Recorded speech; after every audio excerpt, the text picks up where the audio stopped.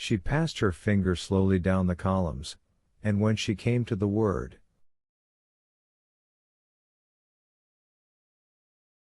will, M. Noirtier's, I bade her stop. Will, said the notary, it is very evident that M. Noirtier is desirous of making his will.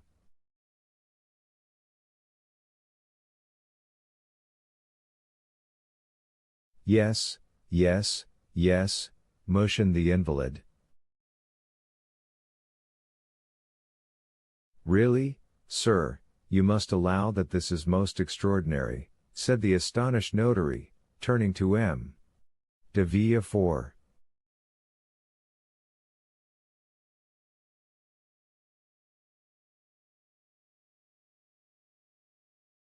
Yes, said the procureur, and I think the will promises to be yet more extraordinary, for I cannot see how it is to be drawn up without the intervention of Valentine, and she may, perhaps, be considered as too much interested in its contents to allow of her being a suitable interpreter of the obscure and ill-defined wishes of her grandfather.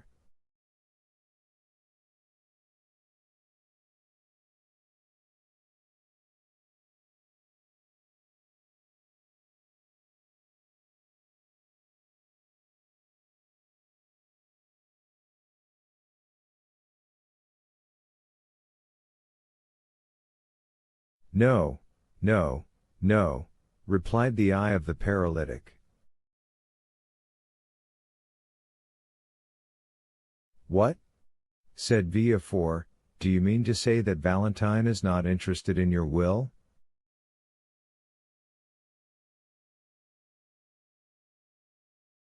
No.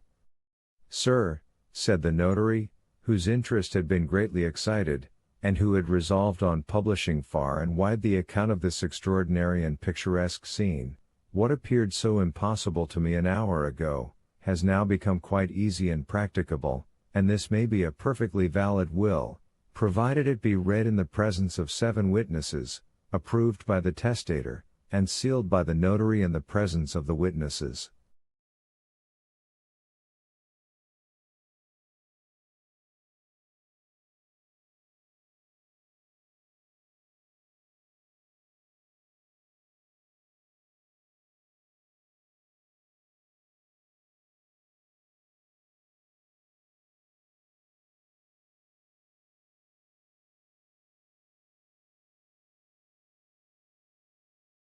As to the time, it will not require very much more than the generality of wills. There are certain forms necessary to be gone through, and which are always the same. As to the details, the greater part will be furnished afterwards by the state in which we find the affairs of the testator, and by yourself, who, having had the management of them, can doubtless give full information on the subject.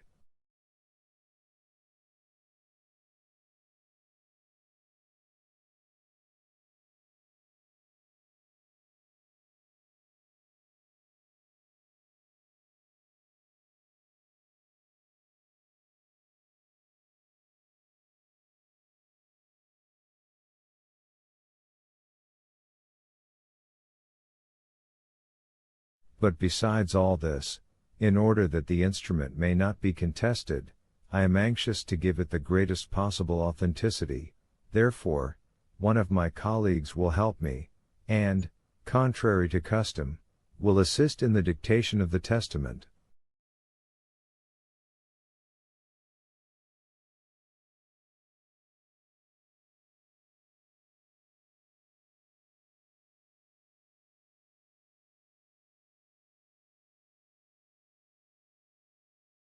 Are you satisfied, sir?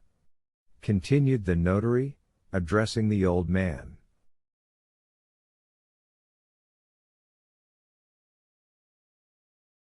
Yes, looked the invalid, his eye beaming with delight at the ready interpretation of his meaning.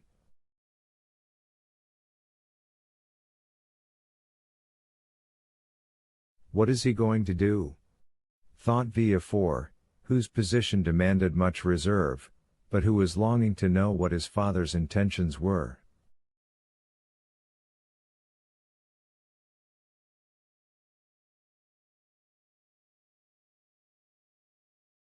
He left the room to give orders for another notary to be sent, but Barrois, who had heard all that passed, had guessed his master's wishes, and had already gone to fetch one.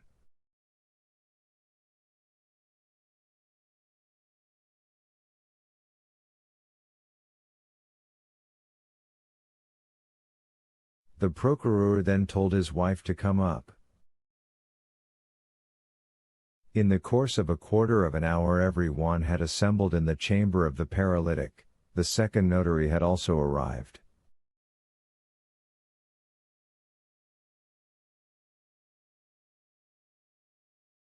A few words sufficed for a mutual understanding between the two officers of the law.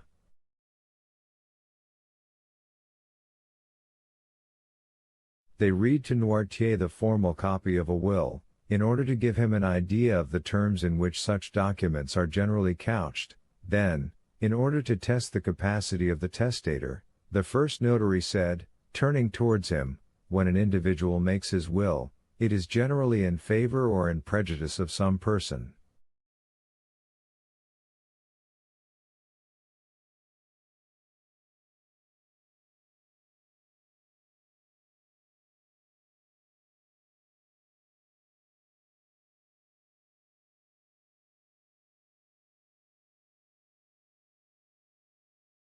Yes. Have you an exact idea of the amount of your fortune? Yes. I will name to you several sums which will increase by gradation. You will stop me when I reach the one representing the amount of your own possessions?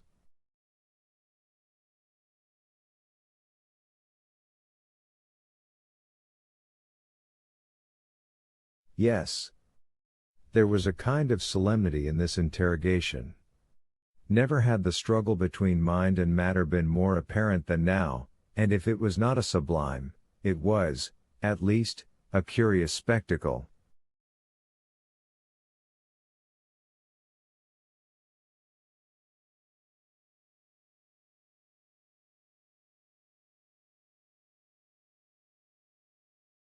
They had formed a circle round the invalid. The second notary was sitting at a table, prepared for writing, and his colleague was standing before the testator in the act of interrogating him on the subject to which we have alluded.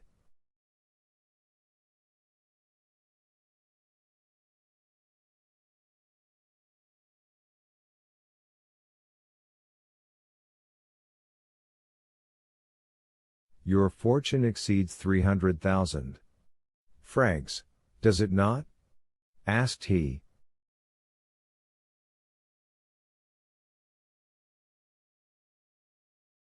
Noirtier made a sign that it did. Do you possess 400,000 francs? Inquired the notary. Noirtier's eye remained immovable. 500,000? The same expression continued. 600,000, 700,000, 800,000, 900,000?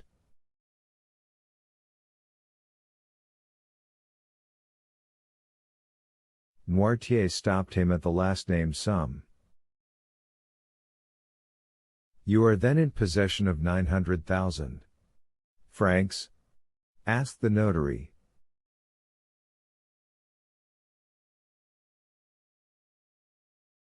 Yes. In landed property? No. In stock? Yes. The stock is in your own hands?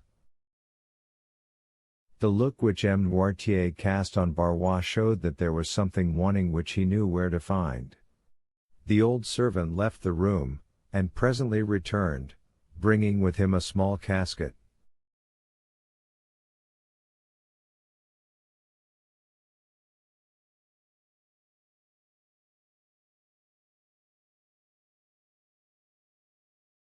Do you permit us to open this casket? Asked the notary. Noirtier gave his assent. They opened it, and found 900,000 francs in bank scrip.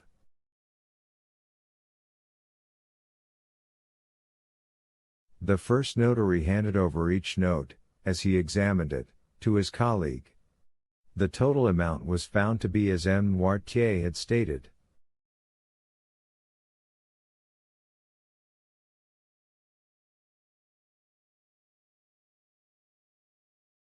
It is all as he has said. It is very evident that the mind still retains its full force and vigor.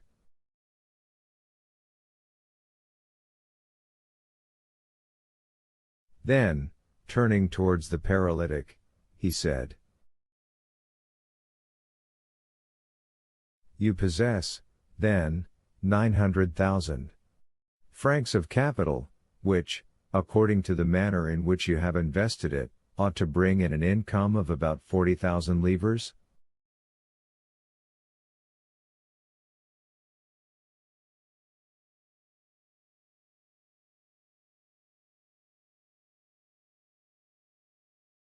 "Yes.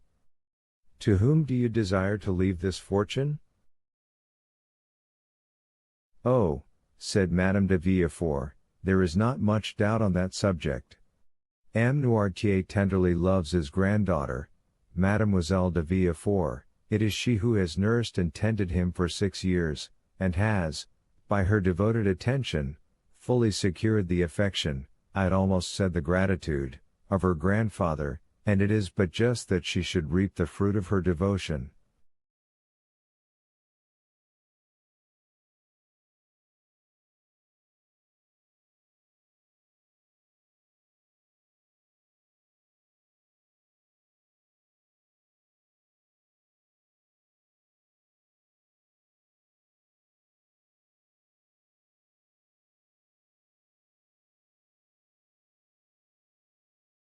The eye of Noirtier clearly showed by its expression that he was not deceived by the false assent given by Madame de Villefort's words and manner to the motives which she supposed him to entertain.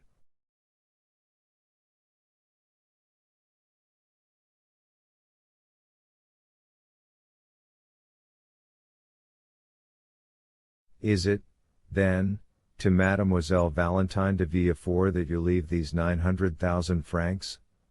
demanded the notary, thinking he had only to insert this clause, but waiting first for the assent of Noirtier, which it was necessary should be given before all the witnesses of this singular scene.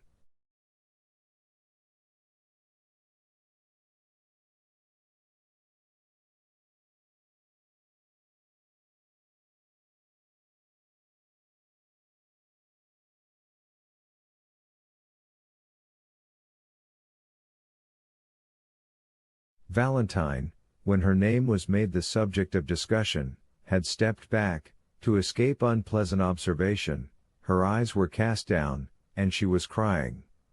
The old man looked at her for an instant with an expression of the deepest tenderness, then, turning towards the notary, he significantly winked his eye in token of dissent.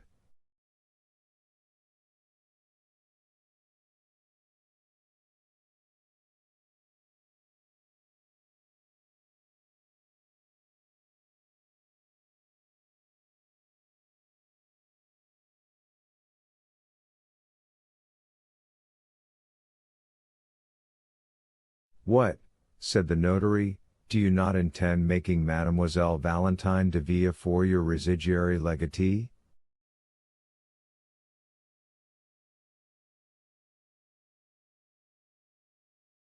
"No. You are not making any mistake, are you?" said the notary. "You really mean to declare that such is not your intention?"